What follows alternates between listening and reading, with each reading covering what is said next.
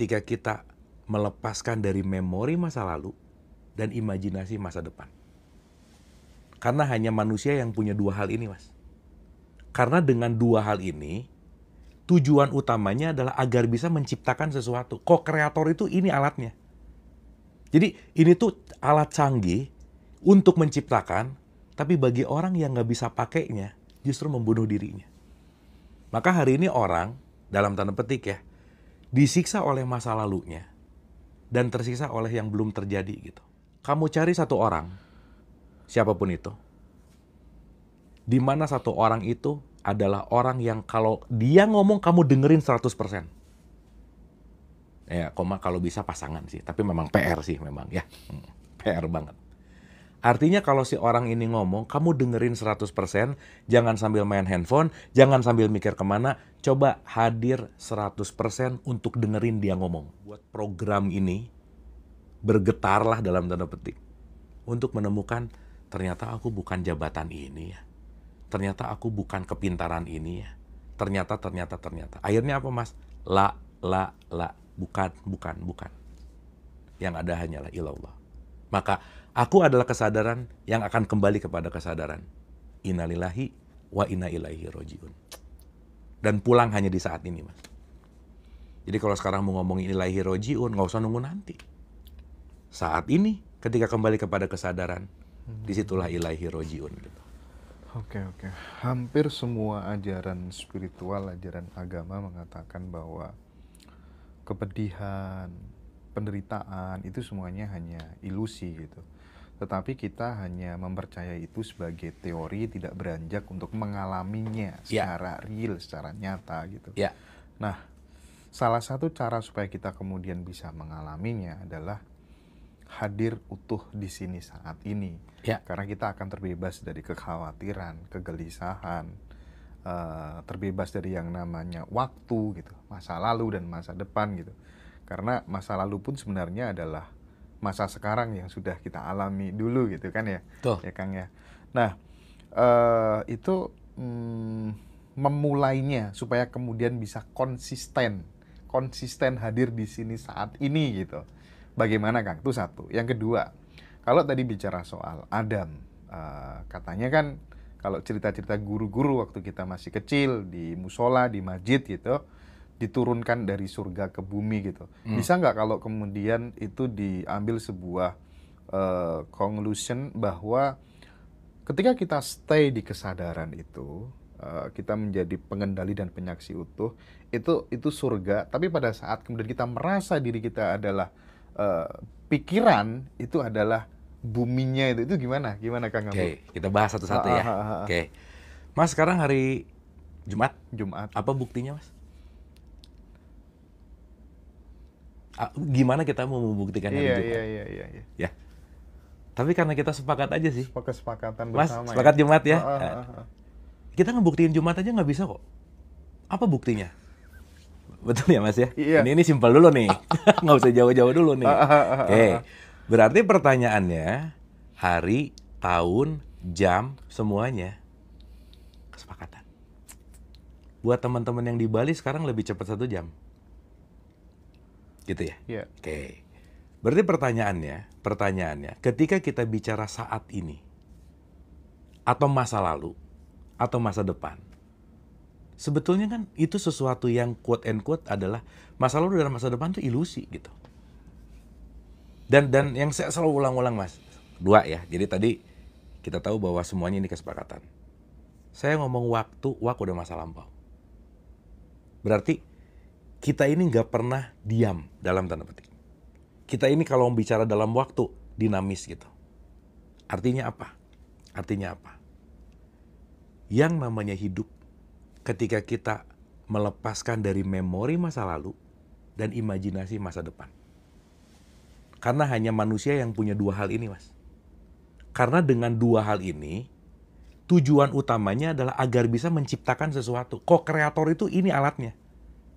Jadi ini tuh alat canggih untuk menciptakan, tapi bagi orang yang nggak bisa pakainya, justru membunuh dirinya. Maka hari ini orang, dalam tanda petik ya, disiksa oleh masa lalunya dan tersiksa oleh yang belum terjadi gitu. Itu satu, Mas. Duh, dulu ya. Nah, dulu, Mas. Kembali ke dulu depresi. Aduh, nanti ya anxiety gitu. Udah pasti, Mas. Karena kita benar-benar lagi hidup dalam dunia ilusi yang begitu dulu lewat kan nggak sekarang gitu loh, Mas. Aduh, nanti nggak sekarang juga gitu. Dan sekarang juga nggak bisa dikejar sih. Jadi maaf ya, saat ini juga nggak ada sih sebenarnya. Saat ini juga nggak ada. Gimana? Emang ini udah lewat. Iya bener sih. Dulu guru saya ngomong gini, nggak usah dipikirin, endasmu pecah katanya gitu, Mas.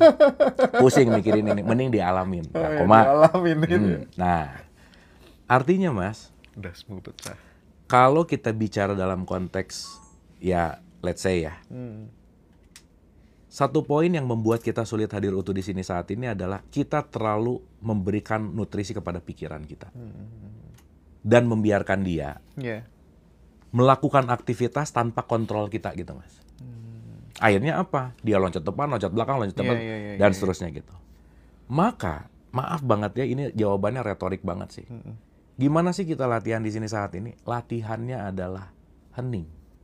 Latihannya hanyalah menjeda. Latihannya hanyalah perbaharui niat terus gitu. Karena dengan, maaf ya, pikiran paling gak suka sama jeda, Mas. Makanya kenapa kalau orang meditasi, susah karena dia loncat depan, loncat belakang. Begitu kita mau menghening, dia akan nagih. Pikir dong, ini masa lalu gimana? Ini masa depan gimana? Ini masa lalu gimana? Gitu. Nah, jadi artinya, Mas, ini mungkin sedikit tips and trick gitu ya. Teman-teman, kalau mau belajar the power of now, ya kita bicara dalam konteks hadir utuh di sini saat ini. Satu aja. Terimalah semua perasaan yang terjadi saat ini. Itu nomor satu. Mau lagi nggak enak, terima. Mau lagi enak, terima. Terima dan jangan dimodifikasi dan jangan berusaha dirubah untuk apapun. Makanya the power of acceptance adalah gerbang utama untuk masuk ke saat ini. Contoh, Mas. Orang yang sering belajar itu nggak mau ketika, contoh gini. Saya tuh udah rajin nonton ngaji Rosok nih. Udah banyak belajar sama guru-guru, kenapa ya masih bete terus? Misalnya, ketika tamu bete datang, dia berusaha untuk membuat bete itu nggak ada, Mas. Jadi dia pura-pura nge-fine-finekan diri, mendenial, aku oke. Artinya dia berusaha memodifikasi perasaan yang ada saat ini gitu. Nah, makanya teman-teman, satu step yang paling mudah untuk kita belajar ke saat ini adalah jangan merubah perasaan apapun yang terjadi saat ini. Kalau sekarang bete, tinggal ngomong akui, aku lagi bete, selesai. Akui dulu.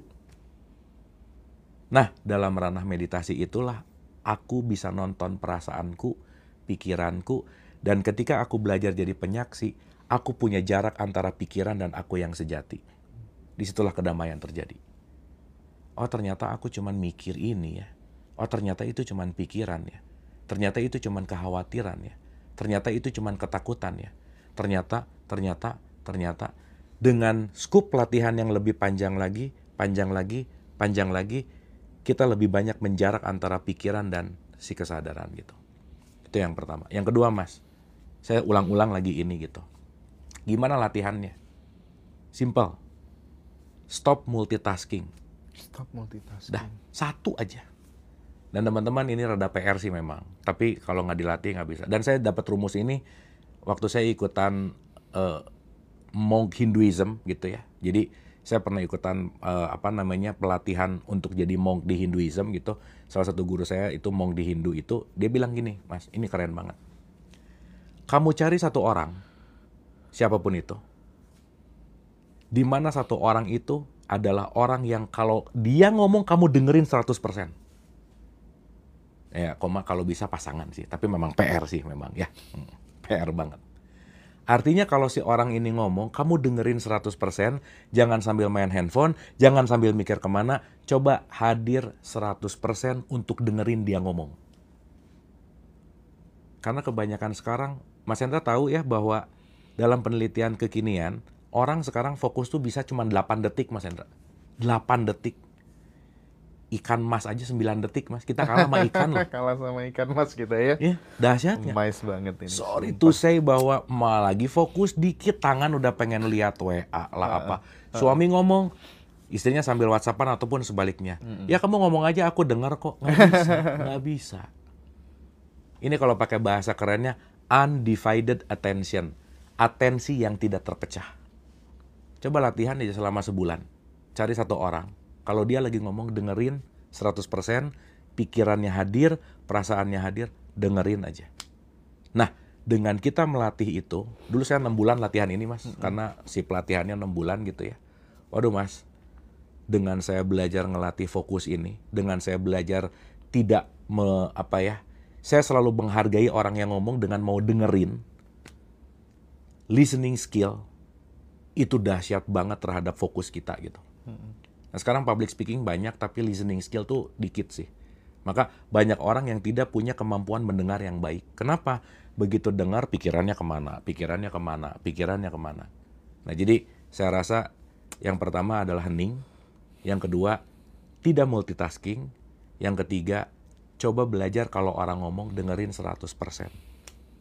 Pasti nanti teman-teman akan merasakan. Banyak yang skip dari kuliah, dari ceramah. Kenapa? Ya, meeting aja mas. Meeting tuh sekarang dikit-dikit. Hah? Gitu loh. Ngomong apa tadi? Ya iyalah. Orang temannya lagi ngomong, lagi mikirin sesuatu. Temannya lagi ngomong, ngelihat Instagram atau TikTok dan seterusnya gitu. Gampang ke distract. Gampang. Jadi, kurangilah distraksi-distraksi gitu. Saya rasa gitu mas. Tapi penjelasan Kang Abu tuh memang, bisa mempermudah, bisa dicerna sama orang, itu yang aku rasakan sendiri sih. Cuman gini Kang, bisa nggak sih atau ada tadi Adam sih? Belum dikit lagi boleh? Oh iya Adam, ya, kita belok dulu ke Adam. Oke, sebelum nanti jauh gitu. Kayak gini loh teman-teman. Kalau ada kata-kata diturunkan, beda dengan jatuh. Jadi kalau ada kalimat dalam perspektif kita ngomongin esensi ya.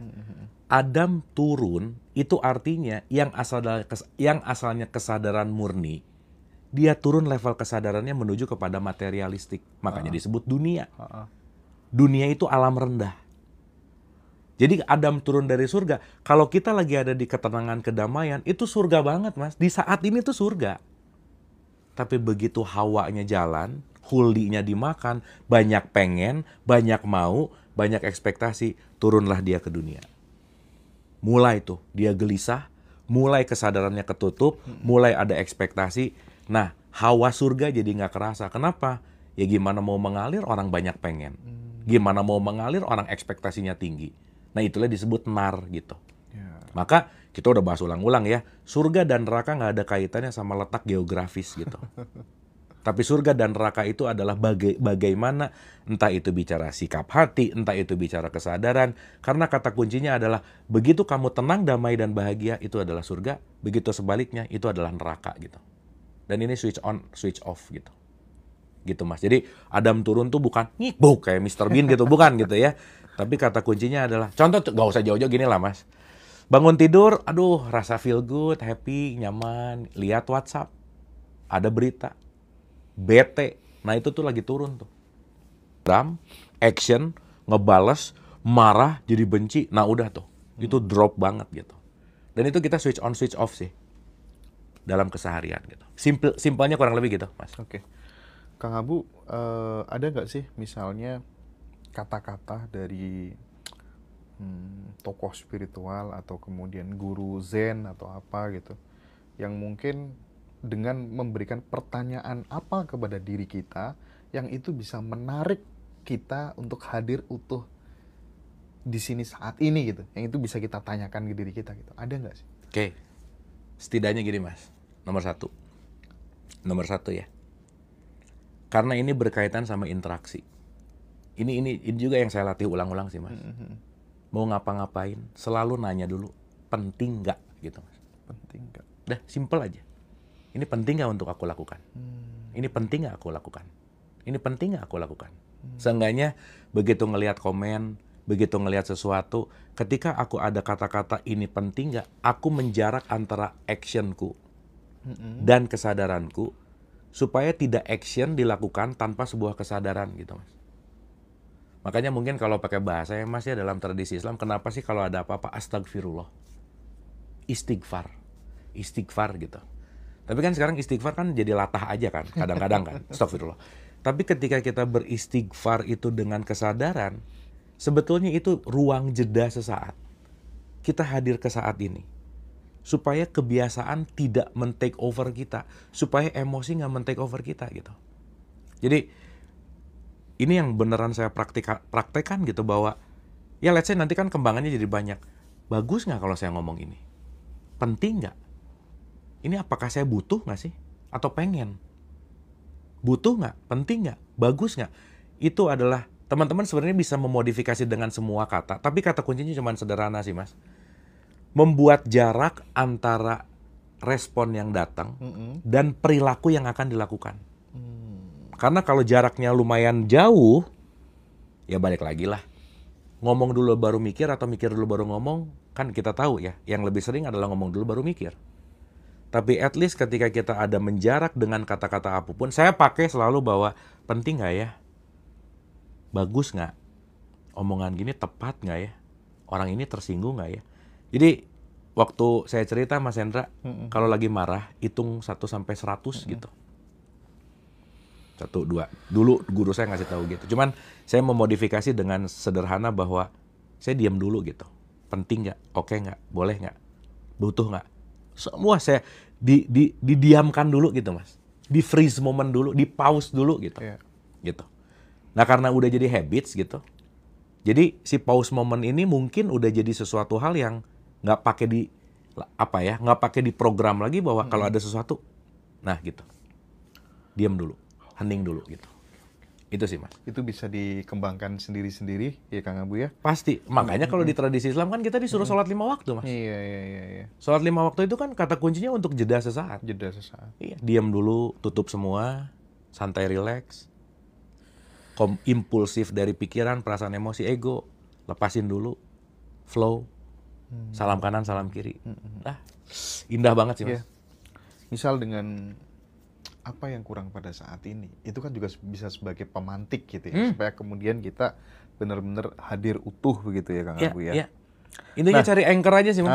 Cari anchor yang pas apapun gitu ya. anchornya yang pas gitu. Penderitaan itu membutuhkan waktu Kang Abu ya. Penderitaan tak akan bisa bertahan hidup di saat sekarang.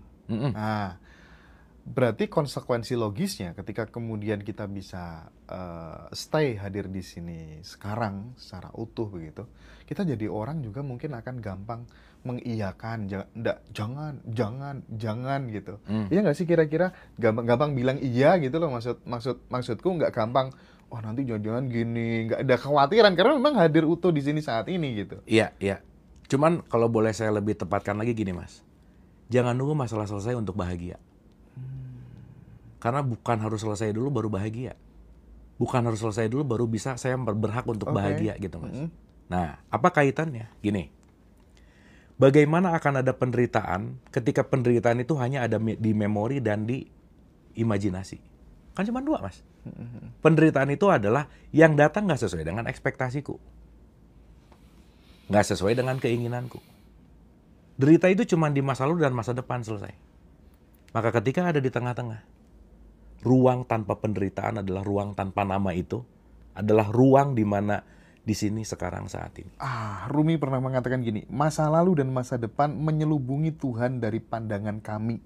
Bakarlah keduanya dengan api, gitu kira-kira. Berarti ketika kita stay di masa kini gitu, saat ini, itu kita berarti sedang mengalami ketuhanan tadi. Pasti, Mas. Ruang tanpa nama. Ruang gitu, ya. tanpa nama. Karena hanya di saat ini kesadaran akan hadir. Gitu. Jadi memang PR-nya adalah manas. Depan, belakang. Depan, belakang. Depan, belakang. Aku tuh padahal dulu bangga banget jadi orang multitasking gitu. Aku sering debat sama temenku ya, namanya Amanda gitu, karena dia kan udah belajar kesadaran, udah lama banget gitu, lebih dulu daripada aku gitu. Jadi tuh aku merasa pede banget jadi orang multitasking gitu. Bisa ngerjain segalanya gitu ya. Iya Kang, iya. Tapi nggak happy Mas Hendra. Oh bener banget. Tertekan. Iya tertekan, aduh Kang. Saya komain sedikit ya Mas. Multitasking yang aku maksud itu bukan berarti kita jangan ngerjain hal yang banyak, bukan itu. Tapi gini misalnya. Kalau aku hari ini harus ngajar, abis gitu harus nulis buku, abis gitu harus review buku. Iya. Tidak multitasking artinya apa? Ketika aku ngajar, jangan mikirin nulis buku.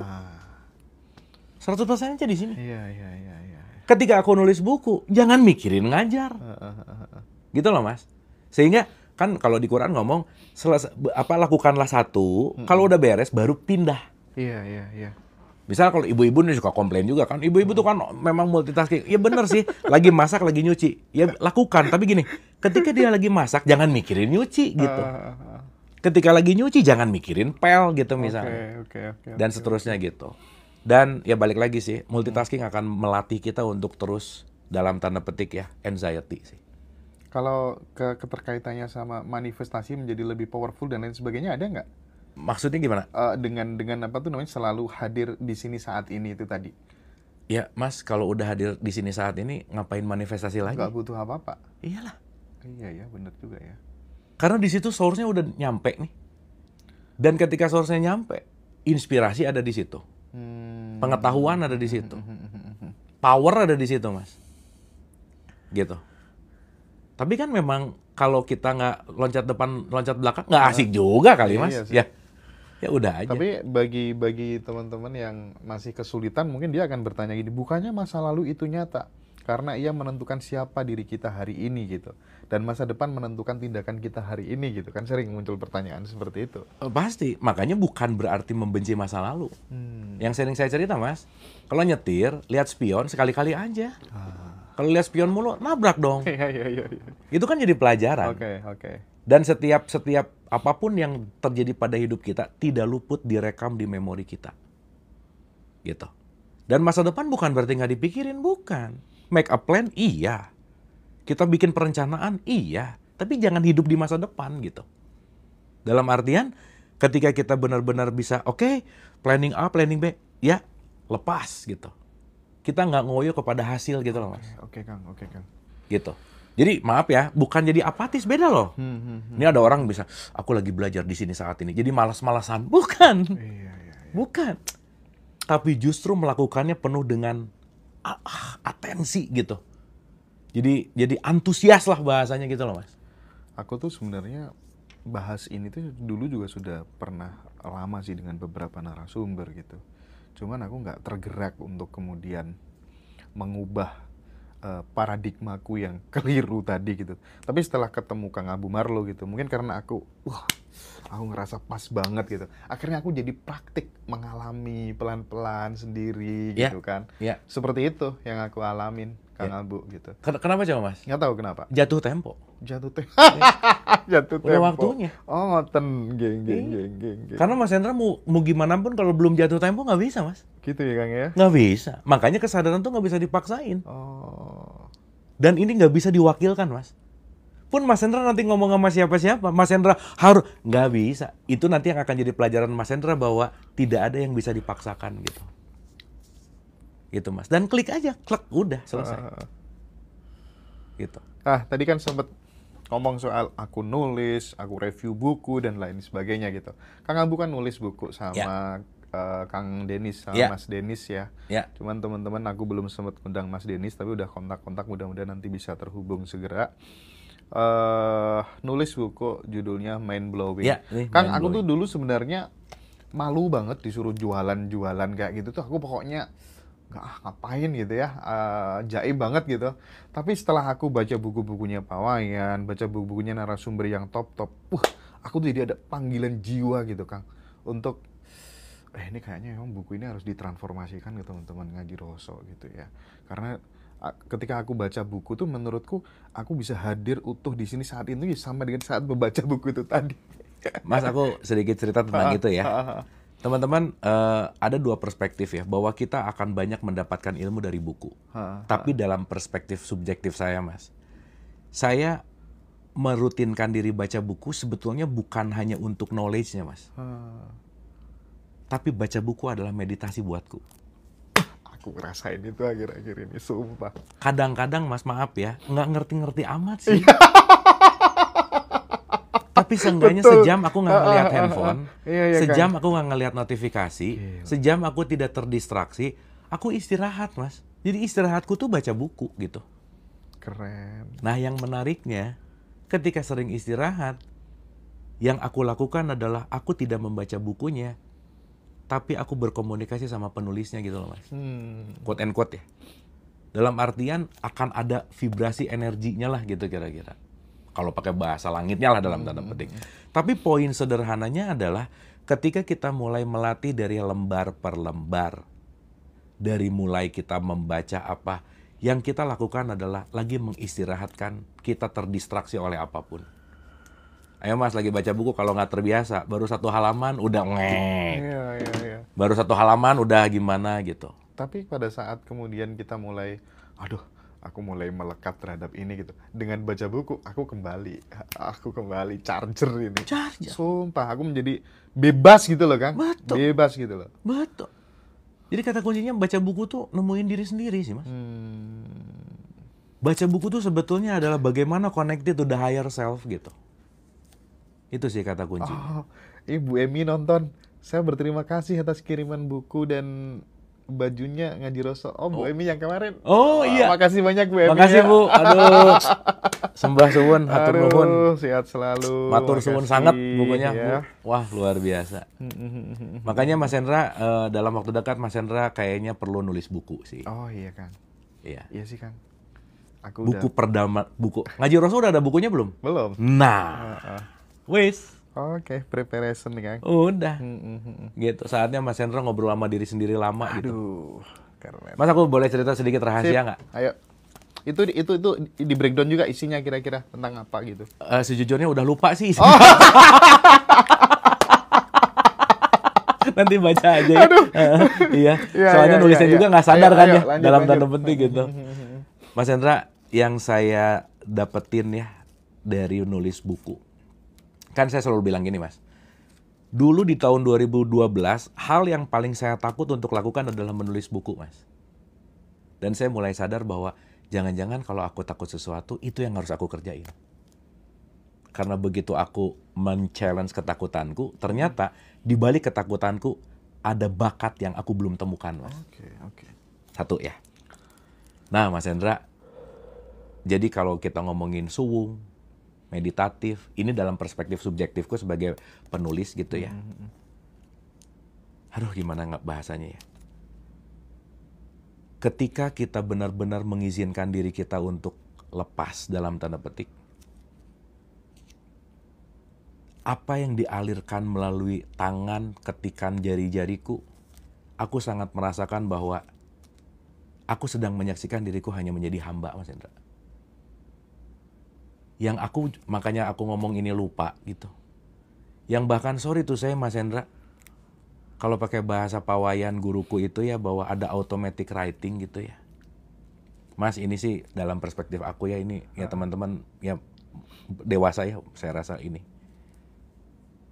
Dalam menulis buku aku menemukan Tuhan. Aku menemukan Sang Maha gitu. Bahwa ya ampun. Di situ membuat saya bahwa kamu tahu apa sih? Kamu bisa apa sih? Kamu punya kekuatan apa bisa merangkai kata-kata ini kalau dalam tanda petik ya, kalau pakai bahasa ini. Kalau tidak ada Sang Maha Welas Asih itu yang menggelontorkan semuanya gitu Mas. Dan bahkan, maaf Masnya, itu aku kalau lagi dapet terus keluar egonya. Oke, mau. Depan laptop itu bisa 6 jam, 1 paragraf aja nggak jadi Mas. Jadi, menulis buku buat aku adalah jalan aku melawan egoku. Jalan aku melawan pikiran, perasaan, emosiku. Dan di situ aku banyak belajar tentang, ya ampun, ekspresi yang hanya bisa disampaikan bahwa terima kasih yang berulang-ulang yang nggak ada batasnya Mas Hendra. Terima kasih, terima kasih, terima kasih. Engkau nyata ternyata gitu. Engkau ada gitu. Gitu Mas. Aduh. Dan aduh gimana ya bahasanya ya. Ya kalau saya boleh ngomong agak bahasa kasar, disitulah aku bersaksi Mas. Aku bersaksi bahwa engkau hadir. Dan ya saya cuman alatnya aja sih Mas. Gak ada apa-apanya nih si Abu tuh gak penting gitu. Ini tuh aduh udahlah, nggak bisa sombong, nggak bisa ngerasa apa, karena itu yang saya pelajari bahwa semua kata-kata yang teralirkan di buku yang saya tulis gitu ya, ya saya pakai bahasa saya sebagai subjek gitu, sebagai perantara medianya, Iya. itu hanya titipan semesta sih mas, itu sih. Dan momen yang paling sangat intimate untuk aku menyatu dengan dia, ya salah satunya ketika aku nulis buku sih. Dan silahkan coba sendiri. Oke, Kang. Aku pengen sih. Tapi kalau iya nulis itu bakal jadi challenge sendiri sih ya. Tapi ya nggak susah amat karena aku memang 5 tahun dulu kerja jadi wartawan kan ya Betul. di Anu gitu. Jadi tapi kayaknya perlu mendokumentasikan ide deh. Betul mas. Aduh, mudah-mudahan mind blowing teman-teman judulnya. Iya. Bisa dibeli di kita nanti. Aku Ini sampaikan mind blowing ke tuh di Abu. sini ada NTPF. NTPF itu Neutral Thinking Positive Feeling. Banyak orang sekarang nyari positive thinking, which is buat saya positive thinking itu nggak akan mengembangkan kesadaran. Kenapa? Karena kalau positive thinking, kita nggak ngelihat realitas. Contoh, itu di ujung ada asap, oh positif aja itu tukang sate, padahal kebakaran. Ya, makanya thinking itu bukan masalah positif tapi netral. Tapi yang terpenting adalah bagaimana kita selalu nge-tuning feeling kita di level yang positif gitu. Iya. Gitu. Aku kayaknya kita harus bikin ini deh Kang.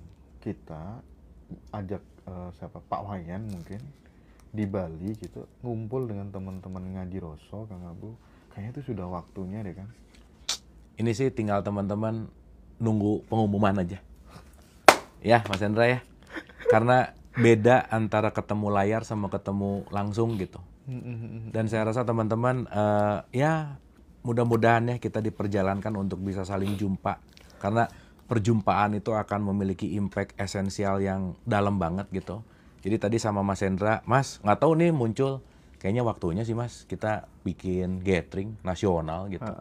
Di mana teman-teman yang berkesadaran bisa kita saling... bikin gathering nasional teman-teman ya. Iya.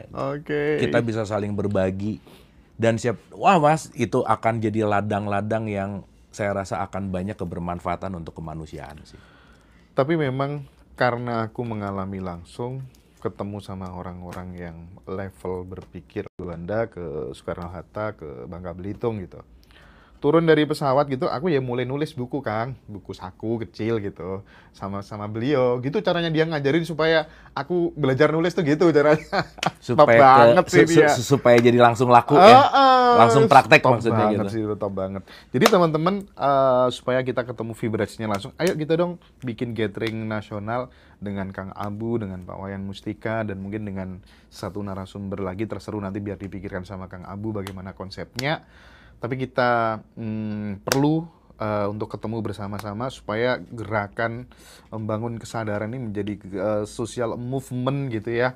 Itu bisa, dialektika ini bisa terjadi di mana-mana. Semua orang pada bangkit dengan kesadaran sehingga sudah tidak lagi bingung mencari perbedaan gitu ya. Tapi bingung mencari persamaan gitu. Gitu ya Kang Abu kurang lebihnya ya. Setuju Mas Hendra. Dan ngomongin tentang guru, ini saya cerita tentang pengalaman saya ketemu Pak Wayan, Mas Hendra. Saya tuh kalau ketemu Pak Wayan tuh banyak kegundahan pasti. Pasti Mas. Pasti banyak pertanyaan gitu. Tapi Mas, dalam personal experience saya gitu ya, ya apalagi momen terindah adalah waktu saya ikut nyepi bareng sama Pak Wayan gitu ya. Tapi banyak banget momen-momen ketika ketemu Pak Wayan, begitu ngetok depan pintu rumahnya aja Mas Hendra, baru buka, baru dipersilahkan duduk, udah nggak ada khawatir Mas Hendra. Udah kayak nggak ada yang perlu lagi ditanya, karena udah ngerasa penuh banget. Iya Kang, aku tahu itu. Aduh Mas Hendra, ya maksud aku, itulah welas asih ketulusan seorang guru yang nggak ada kepentingan, yang nggak ada mau-maunya, yang nggak ada ujungnya pengen apa dan lain-lain. Ya saya rasa salah satu yang itu saya dapetin dari Pak Wayan sebagai guru gitu ya. Nggak usah banyak ngomong Mas Hendra. Cuman dikasih contoh, diliatin. Dan itu juga Pak Wayan mungkin nggak tahu saya mau nanya apa, tapi semuanya kejawab. Piye Mas, coba. Mau gimana coba? Aduh. Ya gitu Mas. Betul. Statementnya Kang Abu yang terakhir itu teman-teman menandakan bahwa perjalanannya sampai sini itu juga sebenarnya sering ketemu guru spiritual yang banyak memanfaatkan muridnya dan lain sebagainya Wah itu gitu. sih udahlah. Itu sih ya udah ya kita nggak menutup kemungkinan fakta dan saya rasa itu adalah pilihan gitu. Dan maka ya kembali kepada siapapun kita berguru itu adalah langkah demi langkah yang akan menemukan kesejatian guru ya tidak di luar tapi di dalam sih. Dan gak usah nyalahin juga sih. Gak usah nyalain Ya, juga. karena pertemuan dengan siapapun pasti ada efek karma misalkan, ada efek kesadaran yang perlu ditumbuhkan. Jadi ya kita berterima kasih kepada siapapun. Karena saya selalu ulang-ulang, pada akhirnya kita hanya akan berterima kasih kepada orang yang paling kita benci. Karena tanpa mereka kita nggak mungkin ada di Ngaji Roso. Waduh. Baik ya teman-teman semuanya. Jadi serius ya kalau soal pawayan serius. Jadi kemarin aku wawancara sama Ci Ian. Sepanjang hidupnya dia ketemu orang yang energi cinta dan ketulusannya luar biasa, tak terhingga. Itu ada 3. Yang pertama Andi F. Noya. Yang kedua aku lupa siapa yang disebutin. Yang ketiga tuh Pawayan Mustika. Dan Kang Abu juga memperkuat seringkali di Ngaji Roso mengatakan hal itu. Aku recommended banget teman-teman. Jadi Pawayan tuh tanpa kepentingan serius. Aduh, pokoknya top lah ya. Top. Aku juga merasakan hal yang sama. Terima kasih banyak Kang Abu. Terima kasih semua teman-teman. Conclusionnya seperti apa Kang Abu? Monggo. Oke, mungkin di episode ini konklusinya saya selalu terima kasih Mas Hendra sama teman-teman Ngaji Roso, siapapun yang selalu belajar gitu ya. Saya sangat bersyukur untuk dibersamai oleh teman-teman semua. Kita sama-sama jadi murid untuk saling belajar. Dan saya rasa kata kuncinya adalah mungkin banyak hal yang kita lakukan untuk menyayangi orang lain atau mencintai orang lain, tapi kita kekurangan waktu untuk mencintai diri. Kita kekurangan waktu untuk care sama diri kita, bahkan untuk hanya berterima kasih, untuk menyapa, untuk mengurus dan merawat gitu. Bagaimana mungkin kita akan berdamai dengan orang lain? Bagaimana mungkin kita akan mencintai orang lain kalau hubungan dengan diri sendiri tidak selalu diperbaiki gitu. Jadi teman-teman, yuk kita belajar mencintai diri. Dan dengan mencintai diri kita sedang sangat bersyukur atas pemberian amanah ini gitu. Sangat bersyukur kepada semesta raya. Dan hanya dengan mencintai diri inilah kita bisa mengekspresikan cinta yang sesungguhnya untuk kita pun bisa mencintai orang lain. Jadi mulailah dari diri sendiri dan tetap mencintai diri sendiri. Oke. Terima Sip kasih. ya teman-teman semuanya. Jadi tersentuh banget kita dengan kalimat-kalimat Kang Abu Marlo. Barisan kata yang muncul